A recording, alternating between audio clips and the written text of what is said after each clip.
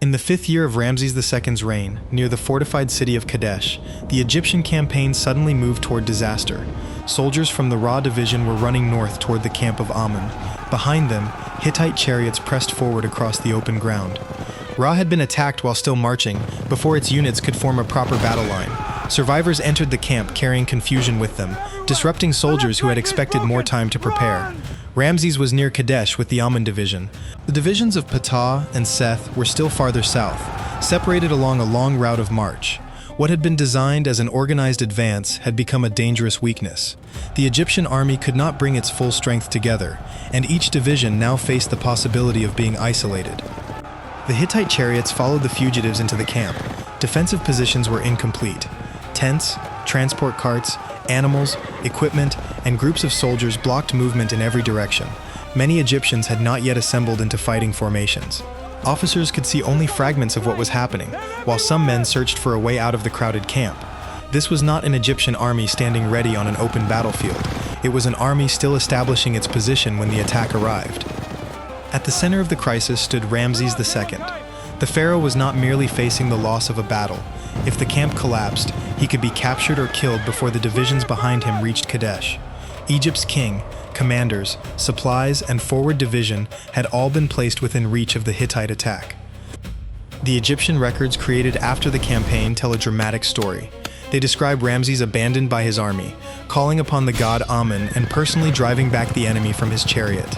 Temple reliefs show the pharaoh larger than everyone around him, firing arrows while enemy forces scatter. These images were designed to present Ramses as an ideal warrior king, yet behind the royal language lies a basic military reality. The Egyptian army had been surprised, the Ra division had been disrupted, and Ramses had to gather the troops still available before confusion became a complete collapse.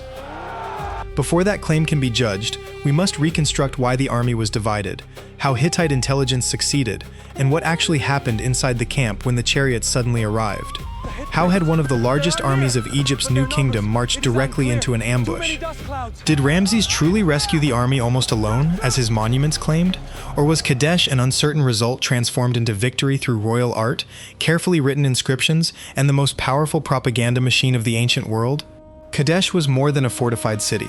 It stood near the Orontes River in the region of modern Syria, close to routes linking Egypt, Canaan, the Mediterranean coast, and the interior of northern Syria. Armies moving through this corridor could influence trade, protect allied kingdoms, and threaten rival territory. Whoever controlled Kadesh gained leverage over a chain of smaller states forced to survive between greater powers. For Egypt and the Hittite Empire, the city was therefore both a military stronghold and a symbol of authority in the contested north. Egyptian influence in Canaan and Syria had expanded during earlier generations of the new kingdom, but that influence was never permanent. Local rulers balanced between competing empires, offering loyalty to whichever power could provide protection or impose the greatest pressure. As Hittite authority expanded from Anatolia into northern Syria, Egypt gradually lost ground. Ramses' father, Seth I, campaigned north and recovered several positions, including Kadesh for a time. Yet Egyptian control did not last, and the city returned to the Hittite sphere. When Ramses II launched his campaign, he was still a relatively young king, seeking to establish his authority. Recovering Kadesh could restore Egyptian influence beyond Canaan, strengthen loyal vassals, and weaken the network of states supporting the Hittites. It could also show that Ramses was a worthy successor to Seth I and reinforce the traditional image of the pharaoh as protector of Egypt's borders. Personal prestige mattered, but the campaign cannot be explained by royal ambition alone. Control of the northern territories affected security, diplomacy, military movement, and access to valuable trade routes. If Egypt abandoned the region, Hittite influence could move farther south and place greater pressure on Egyptian allies. The opposing king, Muwatalli II, understood the importance of Kadesh just as clearly. He assembled forces from the Hittite heartland and from allied kingdoms across Syria. Rather than placing his entire army visibly outside the city, he concealed much of it beyond Kadesh and waited for the Egyptians to approach. This was not a passive defense. Muwatalli intended to use information, terrain, and timing against Ramses. The Egyptian divisions were advancing separately along the same route. If the leading formations reached Kadesh before the others, Hittite chariots could strike an isolated section before the Egyptian army combined. The two kings did not need the same outcome. Ramesses had to capture Kadesh or force a major change in regional loyalty to claim strategic success. Muwatalli only needed to keep the city, protect his allies, and make the Egyptian advance too costly to continue. Even if Ramesses survived the battle and drove attackers away from his camp, Egypt would still fail in its central objective if Kadesh remained under Hittite control. Ramesses did not march north with a small raiding force. He brought a major army divided into 4 formations named for the gods Amun, Ra, Ptah, and Seth. Thousands of infantrymen, archers, chariot crews, attendants, and support workers followed the route toward Syria. Dividing the army made movement and supply easier. Each formation could use roads, water sources, and camps without placing the entire force in one crowded column. But separation also created a serious danger. The farther the divisions moved apart, the harder it became for them to support one another. Near Kadesh, that danger would become decisive. Muwatalli was not waiting for the entire Egyptian army. He was waiting for Ramesses to arrive first. Behind the city, he had concentrated the coalition and chariot force intended to strike before Amun, Ra, Ptah, and Seth could become a single Egyptian battle line under the command of its pharaoh. Ramesses II did not lead a single undivided mass toward Kadesh. His army was organized into 4 major formations named for the gods Amun, Ra, Ptah, and Seth. Ramesses traveled with Amun at the front. Ra followed behind, with Ptah and Seth farther south along the route. This system made practical sense. A very large army could not easily move, drink, camp, and find food as one crowded column. Separate divisions reduced pressure on roads and water sources and allowed each formation to establish its own camp. They could also operate with a degree of independence. But the same arrangement created a serious risk. If the distance between the divisions became too great, the leading force might meet the enemy before the others could support it. Each division carried its own command structure, standards, chariot contingent, and supporting personnel, allowing it to march separately while remaining part of a coordinated royal army under Ramses' overall authority in theory. Modern estimates often place the Egyptian army near 20,000 men, but the exact number remains uncertain. More important than any single total is the structure of the force. Thousands of soldiers, chariot crews, attendants, animals, and transport workers were spread across several marching groups. Most of the army consisted of infantry. Egyptian foot soldiers carried different combinations of spears, wooden or leather-covered shields, axes, short blades, and the curved weapon commonly called the khopesh. Equipment was not identical across every unit. A soldier's weapons depended on role, rank, supply, and the traditions of the formation in which he served. Infantry protected the chariots, secured camps, held ground, and fought where wheeled vehicles could not operate effectively. They were also essential during sieges and assaults on fortified positions. At Kadesh, however, some units were forced to fight before a stable battle line could be created. Archers were among the most important specialists of the New Kingdom army. They could weaken an enemy before close fighting began, protect chariot movements, and target horses or crews from a distance. Massed arrows could disrupt a formation long enough for infantry or chariots to exploit the disorder. Royal art repeatedly shows Ramesses standing in his chariot and drawing a bow. The image reflects the real military importance of archery, but it also serves a political purpose. The pharaoh appears larger, calmer, and more powerful than everyone around him, presenting royal skill as the force that restores order to the battlefield. Egyptian chariots were generally reconstructed as light vehicles pulled by 2 horses and operated by a 2-man crew. One man controlled the team while the other used a bow, spear, or javelin. Their mobility allowed them to approach, release missiles, change direction, carry messages, pursue scattered troops, and withdraw before heavier forces could close. They should not be imagined as ancient tanks. Chariots depended on relatively open ground, healthy horses, trained drivers, spare parts, and teams of workers able to repair wheels, axles, harnesses, and damaged frames. Without this support system, even an elite chariot force could quickly become ineffective. Hittite chariots are often described as heavier and capable of carrying 3 men, a driver, a warrior, and a shield bearer or assistant. This reconstruction may help explain their use in powerful concentrated attacks. Yet historians should be cautious about assuming that every Egyptian and Hittite vehicle followed one fixed design. At Kadesh, the decisive difference was not simply weight. Muwatalli concentrated a large chariot force against an Egyptian division that was still marching and had not formed for battle. The Egyptian army also included people from beyond the Nile Valley. Soldiers and auxiliaries could come from Nubia, Libya, Canaan, and other territories linked to Egyptian power. Some foreign groups served as specialists or royal guards, while others had become integrated into Egyptian military structures. Behind the fighting units moved an even larger support network: grooms, chariot repairers, animal handlers, camp workers, messengers, transport crews, and people responsible for food and water. The army's strength depended on them as surely as it depended on weapons. Ramesses possessed a large and flexible force built around cooperation between infantry, archers, and chariots. Its weakness at Kadesh was not a lack of courage or equipment. The divisions were too widely separated, reconnaissance failed, uncertain intelligence was accepted too quickly, and Amun began establishing camp before the whole army had assembled. Muwatalli did not need to defeat every Egyptian soldier at once. He only needed to strike the separated divisions before this powerful military system could become a single army. Ramesses II's campaign began far from Kadesh, in the Nile Delta. From there, the Egyptian army moved through Canaan and continued north toward Syria. A march of this scale depended on more than soldiers and weapons. It required grain, water, fodder for horses, transport animals, spare parts for chariots, reliable roads, and cooperation from Egyptian-controlled cities along the route. Each day, the army advanced farther from its main bases, making supply and coordination more difficult for every division. The army also relied on messengers and scouts, because delayed orders or inaccurate reports could leave separate divisions moving toward different dangers without warning or support. The four divisions did not travel as one compact force. Amun, accompanied by Ramesses, led the march. Ra followed behind, while Ptah and Seth remained farther south. This arrangement reduced pressure on roads and water sources, but near Kadesh, the gaps became dangerous. Ramesses could not immediately use the strength of all four divisions. If an enemy appeared suddenly, each formation might be attacked before the others could arrive. As the Amun division approached Kadesh, Egyptian troops captured two men identified in the royal account as Shasu. They told Ramesses that Muwatalli II and the Hittite army were still far to the north, near Aleppo.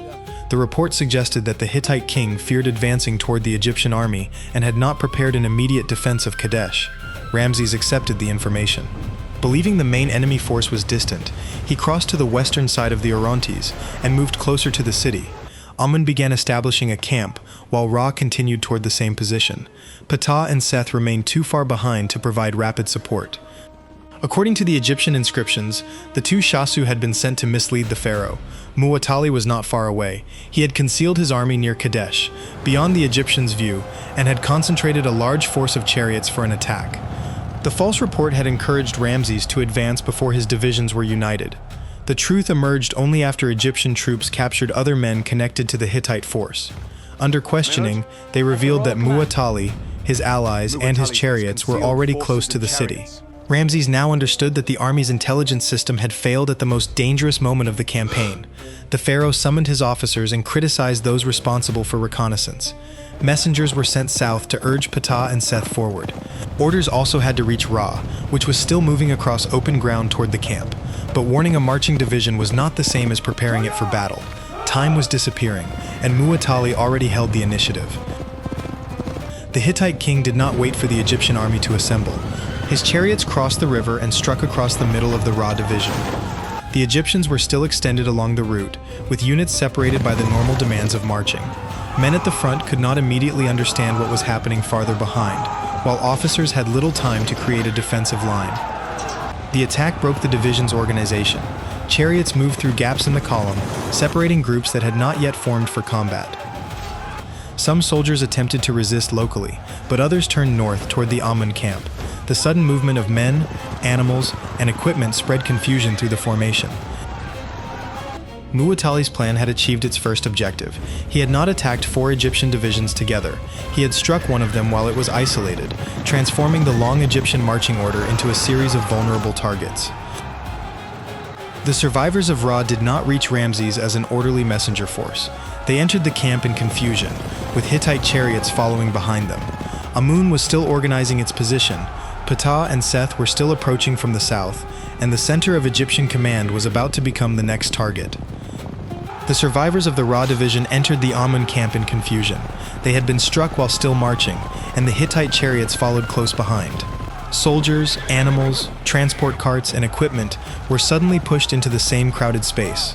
The camp had not been prepared as a finished battlefield position.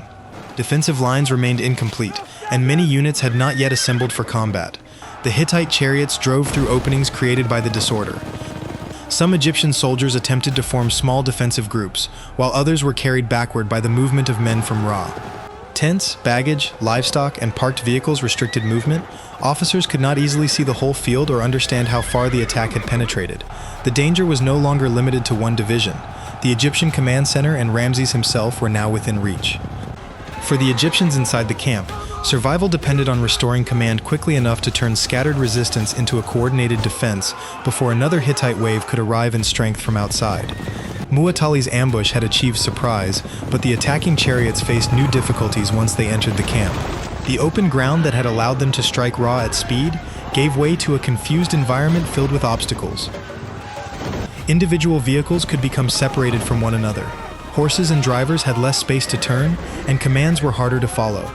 Egyptian accounts also suggest that some Hittite troops became distracted by the wealth and supplies inside the camp. That may have contributed to the loss of momentum, although the details come mainly from royal Egyptian sources and cannot be confirmed with certainty. This pause gave Ramesses time to organize resistance. The official inscriptions describe a far more dramatic scene. In the poem, the pharaoh claims that his soldiers and officers abandoned him. He calls upon the god Amun, receives divine strength, and then charges alone against surrounding enemies. Temple reliefs repeat the message visually. Ramesses appears larger than every other figure, standing in his chariot while hostile forces scatter before him. The image was designed to make the king the center of the entire battle. It should not be read as a literal report that one man defeated thousands of chariots. Ramesses still had his chariot crew, royal guards, officers, surviving troops from Amun, and soldiers from Ra who could be gathered again. His leadership may have been important during the crisis, but the counterattack required organized groups of Egyptian fighters, not a solitary hero. Egyptian chariots were well suited to attacking opponents who had lost formation. Working in smaller groups, they could move around obstacles, release arrows, and target isolated Hittite vehicles. Archers could fire at horses and crews, while infantry secured parts of the camp and protected the royal position. The purpose was not immediately to destroy Muwatalli's entire army. It was to reopen space, stabilize the camp, and force the Hittite chariots away from the Egyptian command center. The counterattack gradually changed the direction of the battle. Hittite vehicles that had entered the camp at speed now had to withdraw through congestion and renewed Egyptian resistance. Some were driven back toward the Orontes. The Egyptian reliefs portray this stage as a complete collapse of the enemy, but the reality was probably less orderly. Dust, scattered units, damaged vehicles, and competing local actions would have made the battlefield difficult for either king to control. At a critical moment, another force reached the fighting. Egyptian records refer to troops commonly called the Nearin or Na'arn. Their exact identity remains debated.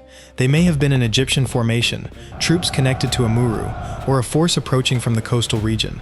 What matters for the battle is that they arrived from another direction and placed additional pressure on the Hittite chariots. Their appearance helped the Egyptians prevent the camp from being overwhelmed. The Ptah division was also approaching from the south. Its arrival threatened to place fresh troops near the Hittite forces already committed around the camp. Muwatalli now had to consider whether his forward chariot units might be isolated between reorganized Egyptians and a new division entering the field.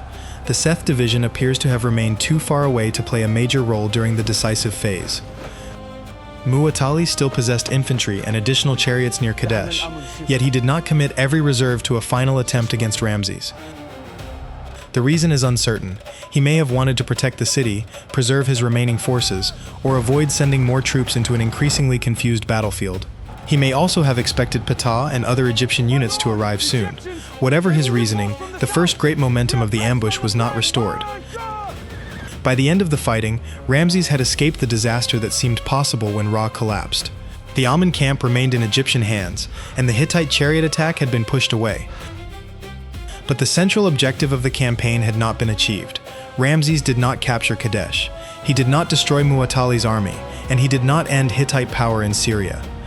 The battle therefore resists a simple label. Egypt could claim that Ramesses survived the ambush, rallied his forces, and held the field at the end of the day. The Hittites could point to the fact that Kadesh remained under their control, and that the Egyptian advance failed to produce a lasting strategic change. Ramesses returned from Kadesh without the city he had come to conquer. What he carried back instead was a story, a pharaoh abandoned in his hour of danger, protected by Amun, and powerful enough to reverse an entire battle. That story would become more durable than the uncertain military result itself. After the fighting at Kadesh, Ramesses II returned to Egypt without the city he had intended to capture. The Hittites still controlled Kadesh, their alliance network in Syria remained intact, and Muwatalli II had prevented the Egyptian advance from producing a lasting strategic change. Yet Ramesses did not present the campaign as a failure. He transformed it into a royal victory. Scenes of the battle were carved at major temples, including Karnak, Luxor, the Ramesseum, Abydos, and Abu Simbel. In these images, Ramesses appears far larger than the soldiers around him. He stands upright in his chariot, draws his bow, and drives enemy forces away while the Egyptian army struggles behind him. The difference in scale does not mean that the pharaoh was literally larger. It follows an artistic convention in which physical size communicates rank, power, and divine authority. Two important groups of Egyptian texts are commonly called the poem and the bulletin. They describe the campaign from the royal Egyptian perspective and place Ramesses at the center of every decisive moment. The poem presents the king as abandoned by his troops, surrounded by enemies, and rescued through his relationship with Amun. Strengthened by the god, Ramesses claims to reverse the battle almost alone. These texts remain valuable historical evidence, but they are not neutral battlefield reports. They were produced under royal authority, repeated across temples throughout the ancient Egyptian kingdom, and designed to define how the king and his subjects would remember Kadesh. Their purpose was not simply to record events. It was to demonstrate that Ramesses possessed courage, divine favor, and the power to restore order when others failed. Ramesses did achieve something important. He survived a dangerous intelligence failure, avoided capture, gathered the remaining forces, and helped drive the Hittite chariots out of the Amun camp. What began as a possible military collapse ended with the Egyptian army still capable of withdrawing in order. But the wider objectives remained unfulfilled. Ramesses did not capture Kadesh. He did not destroy the Hittite army, remove Hittite influence from Syria, or force Muwatalli to surrender. Egypt could claim success because the pharaoh survived and recovered the battlefield situation. The Hittites could claim success because they retained Kadesh, protected their allies, and stopped the Egyptian campaign. Kadesh therefore demonstrates the difference between tactical recovery and strategic victory. Ramesses may have regained control of his camp and prevented disaster, but the political map of the region did not shift in Egypt's favor. The battle also did not immediately bring peace. Competition continued for years. Eventually, Ramesses II and the Hittite king Muwatalli III concluded a formal treaty. Its surviving versions promised non-aggression, mutual assistance, and the return of fugitives. A copy of the treaty found at Hadassa provides the Hittite version, while an Egyptian version was preserved in temple inscriptions. The agreement belonged to a later political situation, and should not be presented as an immediate consequence of the battle. Yet its survival reveals what neither empire could achieve through repeated campaigning: complete domination over the other. Kadesh was not the story of an invincible pharaoh defeating an entire army alone. It was the story of a powerful force divided by distance, misled by false intelligence, and nearly overwhelmed by a carefully timed ambush. Ramesses failed to take the city he came to conquer, but he survived the crisis, preserved his army, and turned an uncertain military result into an image of victory repeated for more than 3,000 years. At Kadesh, Ramesses may not have won the war. He won the struggle to control how the battle would be remembered.